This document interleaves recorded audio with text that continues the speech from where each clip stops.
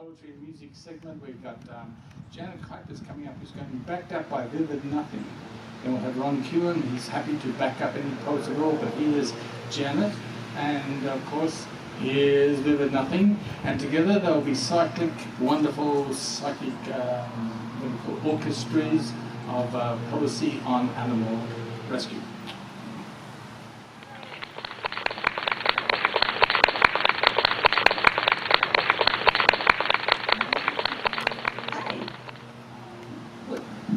We've never worked together before here in Vivid Nothing. But for some reason, I think it'll work. I have no idea. I'm going to share with you 4 poems that are all animal related. And I had said I was pleased that some of the pieces in Animal Tales are going to be in my upcoming book, The Universe is in Your Hands. And these are 4 poems that relate to animals that are also in the book, The Universe is in Your Hands. You can't see it, but the cover's not out yet. The book hasn't been released yet, but it will be. Yay, I guess. And these are all poems that are going to be in the book. This first one, I believe the first 2 are ones that I did for the High Features. So, Tom might know this. Reading. Oh, there, he's setting up the music. Yes, Paul, thank you very much. Are you set, Darla? Awesome. This one is called Original Snowbirds. All the poems that are in this book relate to different locations. So this is talking about Hawaii and Alaska, and it is called Original Snowbirds. I'd like to tell you a story about a bird. It's fair to say that this is the original snowbird. In Hawaii, the kolea is the Pacific golden plover. These foraging birds hang out in Hawaii until it is spring, when they fatten up for their over 2,000-mile non-stop flight to Alaska. They have no waterproofing on their feathers, so they don't rest, but fly for 3 days straight. And fossils found in Oahu even reveal that plovers have done this 120,000 years. Because in the spring, they fly up north, and these birds spend 3 months in Alaska. They reclaim last year's breeding grounds and incubate eggs, hatching in 25 days. Mama and Daddy bird leave the nest just after the last chick hatches. And predators like foxes, jaegers, and caribou force the chickens to leave the nest. In barely a month, the chicks can then fly come August, which is when the parents then leave. Now, these adult plovers eat like mad, gain 50% of their body fat so that they have fuel for their 3-day flight over 2,000 miles to their Hawaiian home. Yeah, you heard me right. Every spring, these Pacific golden plovers, after bulking up, make a 3-day nonstop flight north and lose 50% of their body mass doing it.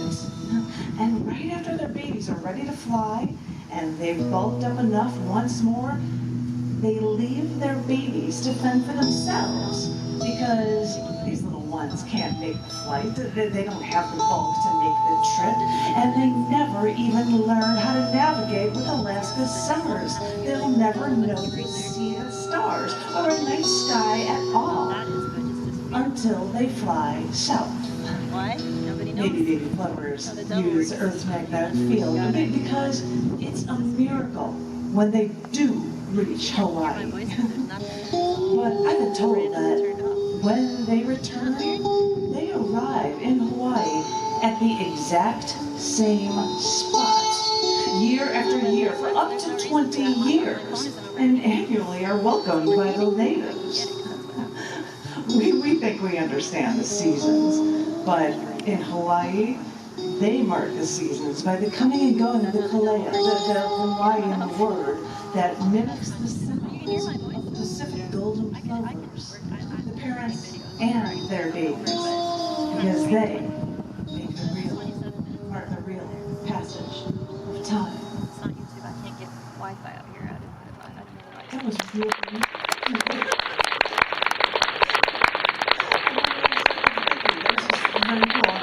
I have three more, and there's all about animals, and as I said, they will be in The Universe is in Your Hands.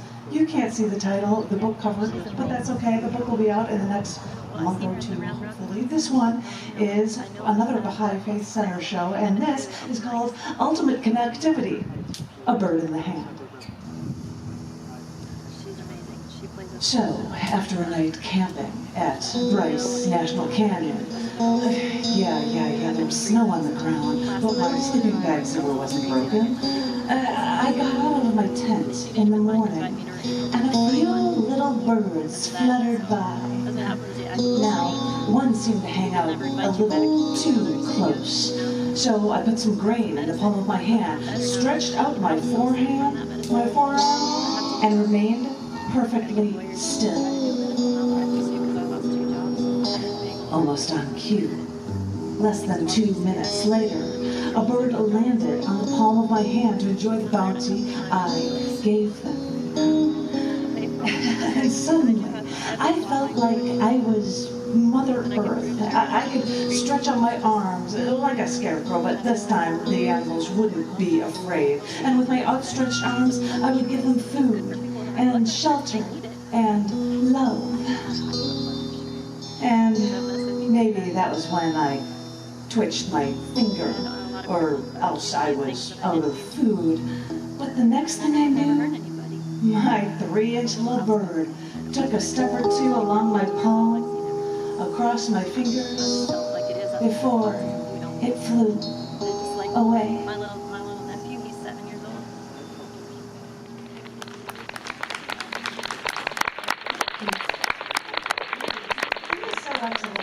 And there's a little bird. I was like, you have to take a picture of this bird. You don't have my hand. I've got 2 more. This next poem might be something I can submit to Animal Tales, and they're doing this next year.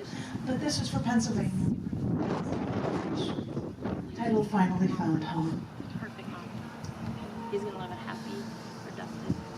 We were outside at night in fair hope, under an intricate quilt of stars in the sky. I saw him on Facebook. Lying on the grass, stars blanketing us, resting my head on your shoulder, feeling I finally found home. You signaled in silence as a leg length away, a deer walked by, unnoticing, unconcerned, then saw me, stopped, and sprinted away. Was it fear they felt? For I fear they feel it from me, and never were they more safe. Because looking back, all I could think was, why does a perfect moment have to end?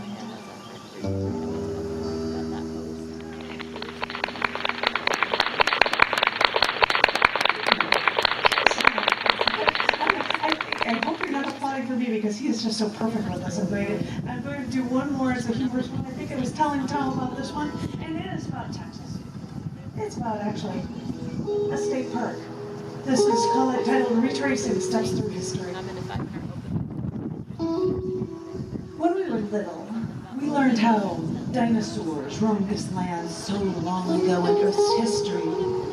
And if we're lucky, we would even take a field trip maybe to the Field Museum to see giant structures holding together the bones of a Tyrannosaurus or even a T-Rex.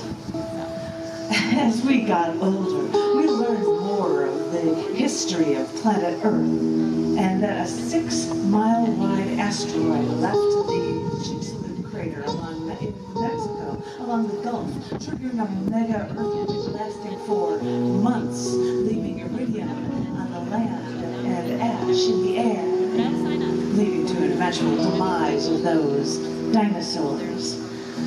But whether we are scientists or paleontologists or geologists or chemists, it doesn't matter. When little kids want to play with toy dinosaurs, and a part of us remains a dinophile at heart. Is Is that why, when I read the news that Texas droughts in 2023 led to even more dinosaur prints now discovered in Dinosaur Valley State Park, that I knew I had to check it out for myself? Though, knowing me and how work will always get in the way, I'd only get around to visiting Dinosaur Valley State Park once the rains fell. But that's okay. We got our feet wet as we trounced around from one petrified fossil to the next. Wait, we didn't trounce. We delicately stepped for fear of slipping and dropping our huge cameras. So we sucked it all in, examining the footprints of creatures here so long ago before us that you couldn't help but somehow try to connect the pieces of these long ago lives to your own. Until you hear a man yelling at his dog to stop drinking the water from one of those newly rained on tracks. Afterward, we looked at each other until I said, "But how many can say that their dog licked water from a petrified dinosaur track?" And we both laughed, and then both of us looked back at the dinosaur tracks as we still continued to try to connect the pieces.